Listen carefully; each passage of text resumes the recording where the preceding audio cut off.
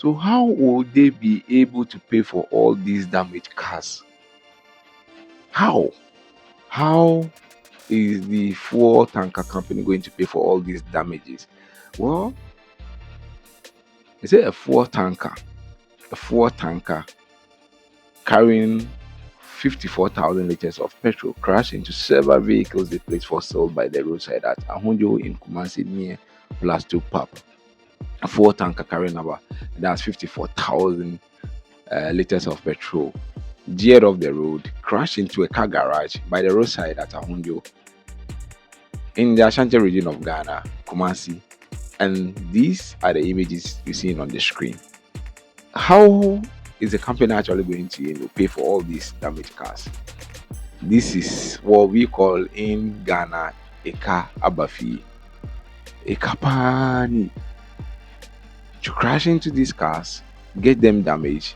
Look at these cars, garage, a car garage for that matter, where they actually send second-hand cars here, and it's been able to damage, crash them to this extent. I can see Honda there. There are a lot of Porsche cars there that it has actually damaged. I don't know. It's like most of these fuel tankers in Ghana, it's about time they have to start checking their brake systems, because I don't want to believe that most of them their brakes don't work. Because if it does, there are a lot of things that when it comes to them failing brakes, gearing off road, shouldn't be happening in our time. Because it is just mind blowing to see these damages that a car has been able to gear off the road. Look at the number of cars that it's actually been able to crash, damage. Was the car on a top speed that it actually had to damage all these vehicles we see here out there. But then if it's your first time visiting the channel, kindly subscribe to the channel, hit on the subscription button that whenever we upload the videos, I will be the first person to get an alert on your device. Well, there are a lot of accidents now happening in Ghana that I think the authorities are actually not doing their works. They are not doing the due diligence to prevent some of these accidents from happening in the country. Recently, there's been a lot of talks concerning the Toyota Vauxhall car you've seen right here, where most authorities are calling for the ban of these vehicles to be banned from being used as commercial vehicles, because according to them, the cars are being manufactured for families, so they are not for commercial transport purposes, so they must actually ban the cars. But the question remains, are the cars the problems, or those who are actually behind the wheels that are actually the problem? Because we all in this country, some time back, we've been seeing what has actually been happening to VIP buses, where almost every week there is always a news, or there's been news concerning VIP buses being involved in an accident where several lives were being lost. Some years back, it's been normal thing that happens every day. Then it gets to these 2 million vans we've seen on the screen, where people complain that they always get involved in accidents. So did we also want to say that, or are the authorities also want to tell us that it is as a result of the cars that the VIP buses were also not meant for commercial purposes? That's how come they always get themselves involved in accidents.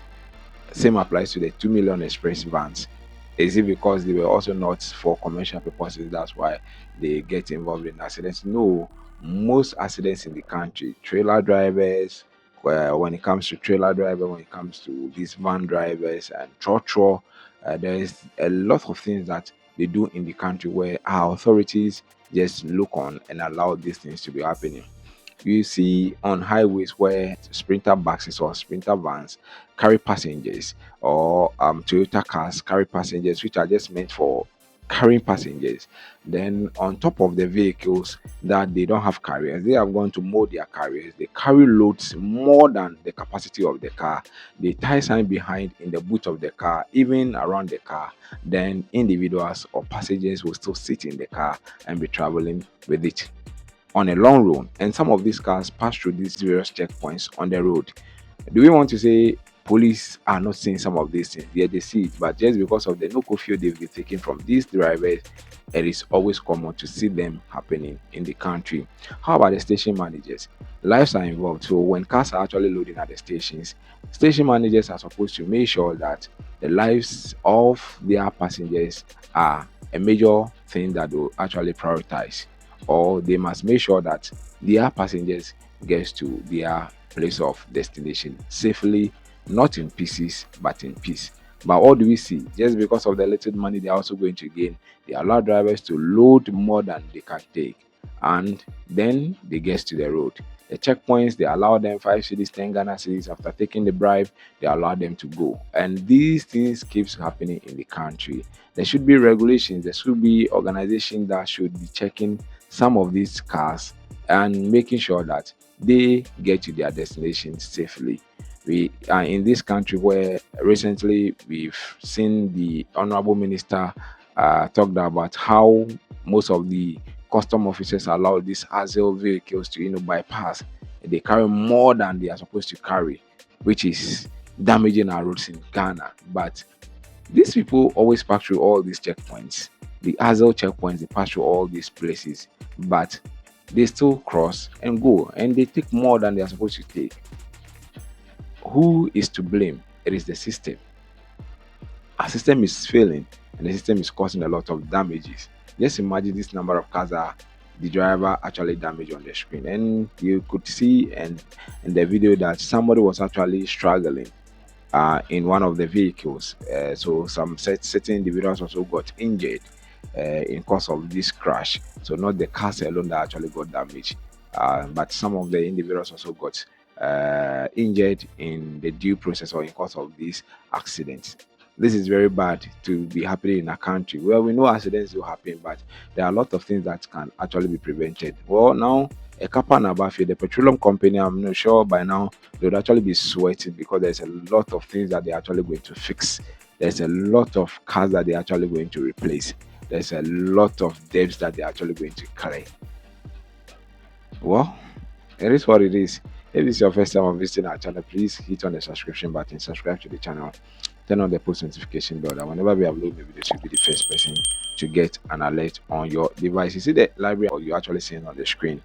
This is a community project we're trying to do to make sure that these kids in this very community in Hojo, in the water region of Ghana, get a conducive, a nice atmosphere to learn in. So if you're somebody out there watching this video and you feel like you'd want to support us, we need a lot of things to make sure we make the place a very ultra modern library so that these kids can learn here, because they don't have teachers in the community at the basic level. That is primary, nursery 1 up to class 6, which is affecting the fundamental of education in that community for about 6 years now. So we're trying to make sure we furnish this library very well, make the environment very comfortable, so that we can use the library to make sure we help to impart and inculcate the habit of reading in these children, which can be able to help them, to enable them to still learn, read, and understand, so that when they get to the junior high level, they will not find themselves wanting, or they will not actually find difficulties in reading, comprehending, and also understanding most of the things that they're actually going to do. Because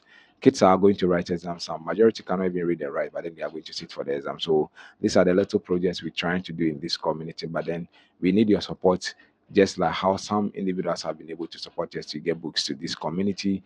And so we need your support to make this to a fruition, because as we're speaking now, there are no silly fans in the room, which makes it very hot for these kids to learn all the time when they come here. And it's not even making it attractive. So if you have a spare projector somewhere you no longer using, you have a laptop or you have a PC desktop that you no longer use it, you feel like you want to use it in helping and in supporting us to make sure we get things done properly in this library, you can pick the contact you see on the screen and contact me, and how you can be able to support us to let us know, so that we give them the best in this community. Because around this area, this is the only learning center for these kids, and we're also trying our best to do this to support them.